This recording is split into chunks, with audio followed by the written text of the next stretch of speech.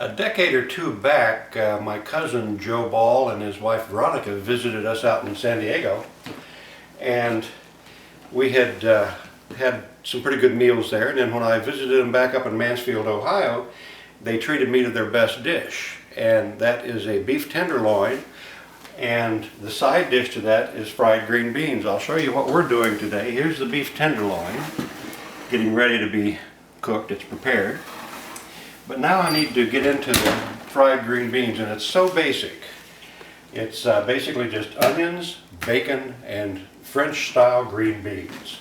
And I've already chopped up the onions and washed my hands and cleared my eyes and done all that part. But now I need to, I've got about 1.5 pounds of a real nice, thick, fatty bacon. And what we're going to do is we're going to cut this up in small bits, and we're going to fry that to get the fat out of it. But then we're going to fry the onions in that to get them nice and golden. And after that's started going, we'll add, this time we're adding 10 cans of the French style green beans. Don't use the other kind, use the French style.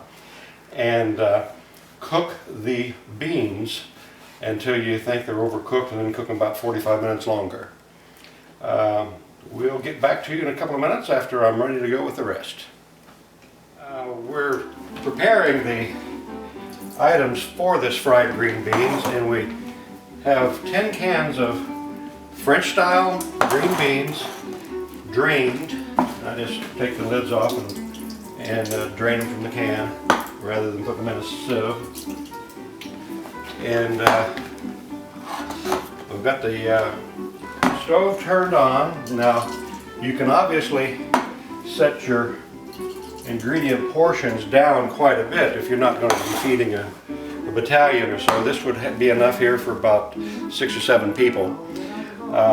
And you can use a smaller cooking platform, use a large skillet or something like that as well if you like.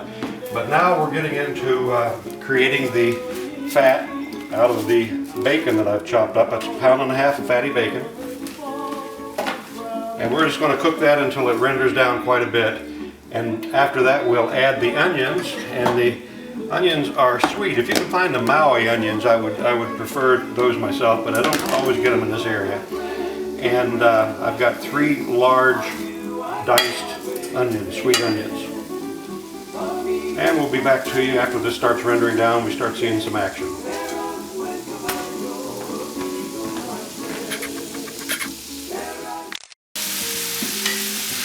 Alright, this is starting to get warm now, so we'll incorporate the entire surface so we've got a good glossy oil base on here. And that's got to cook quite a bit more before we add the onions. I want to see it start turning brown, and then I'll add the onions. Alright, it's getting a little bit brown there in spots, so I think I'll start adding the onions. Again, that's 3 onions, sweet variety of onions diced.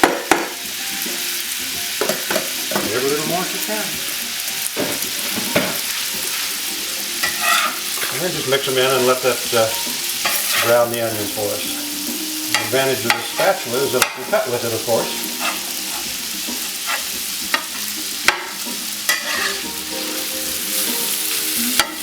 Smelling good already, isn't it?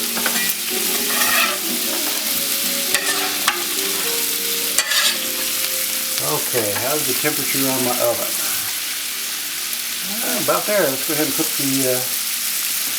the roast in.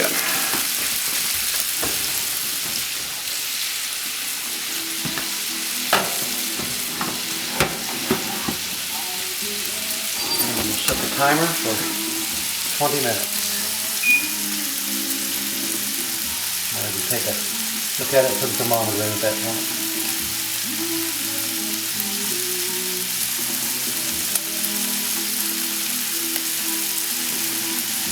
And while that's cooking, I'm still cooking over here, and this happens to be a dressing.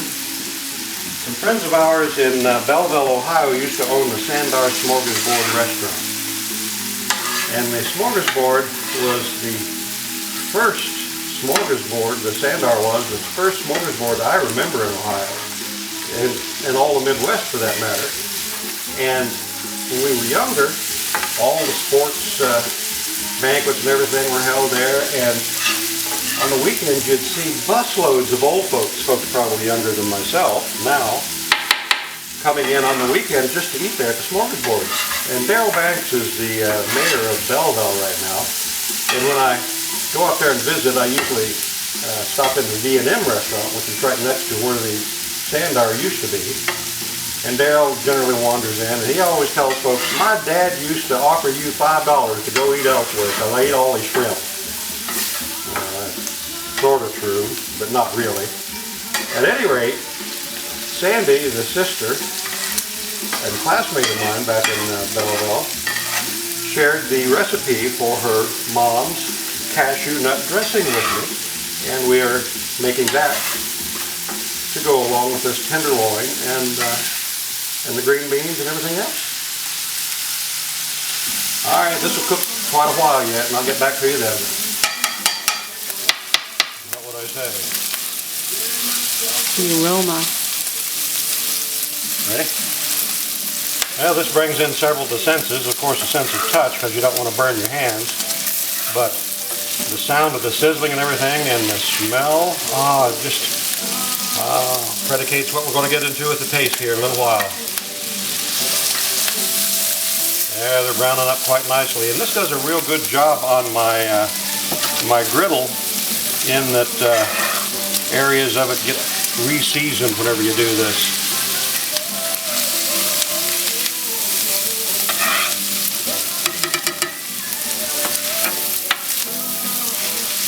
Okay, I think we're about 3 or 4 minutes away from adding the beans. So this has been about 10 minutes of cooking? Yeah, about 10. But there's no way to gauge that. Depends on the heat that you're dealing with, the temperature, and then of course your cooking vessel. Notice there's a great deal of fat there, and that's a good thing. Alright, let's start adding some beans and see how it goes.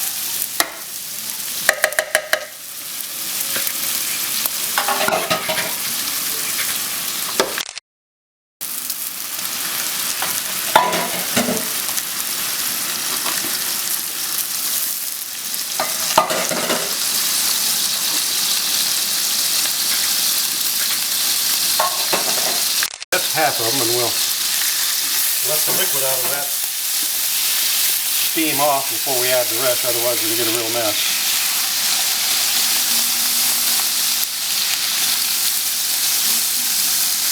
Salivating yet? Okay, we've got a bunch of veal broth and beef broth that, in addition to the juices I've gotten from the beef tenderloin, I'm using as the base for our gravy.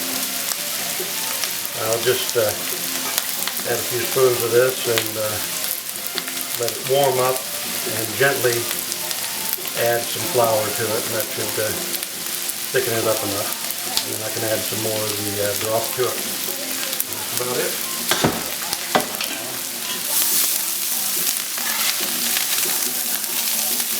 With a big surface like this, you could spend quite a bit of time just stirring them around, letting them brown, and then moving the undercooked parts over. And if you have a couple of house guests, it's a good time to involve them in the cooking. So it's been about 30 minutes? Probably.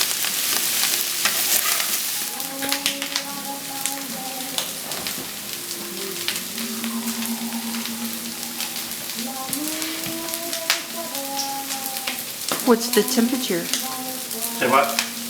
How hot is it supposed to be? I like it 155 for medium rare. And then your end should be burnt by then.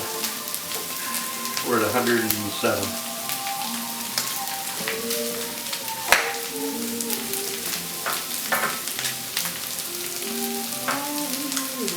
Okay, as I think you can see, we've allowed them to look like they're burned. They're not. They're just about right. And When you think you've overdone it, give it a few minutes more. But we're about done with them, and we're getting ready to chow down, I think, fairly soon. I hope you've enjoyed it, and hope you try it. And give credit to Joe and Veronica. Thank you very much. Bye.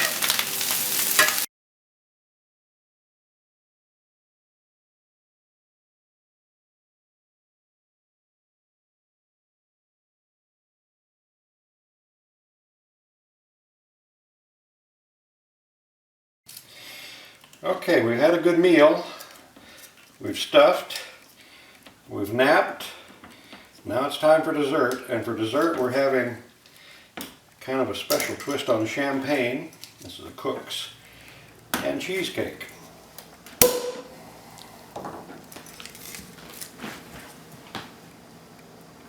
We can get the fly out of here.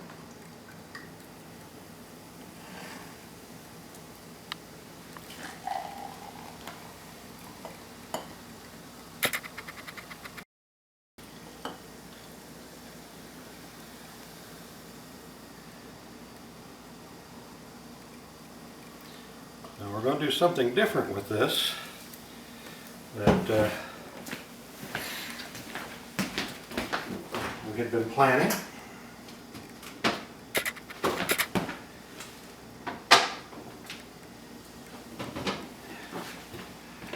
And thanks to our friend Roger, we've got this little wild hibiscus blossoms in syrup. If we can get it open. There we go.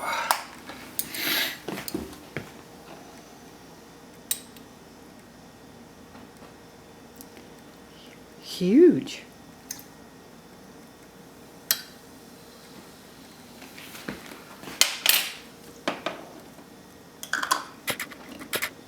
It says, all the bubbles stream off and gently unfurl the flour. You can eat the flour. It has a delicious raspberry and rhubarb flavor. Well, we'll find out about that. Kentucky Hope. Yeah, Kentucky Hope. Thank you, Roger. Thank you, Roger. Now we have to let that champagne sit for a minute.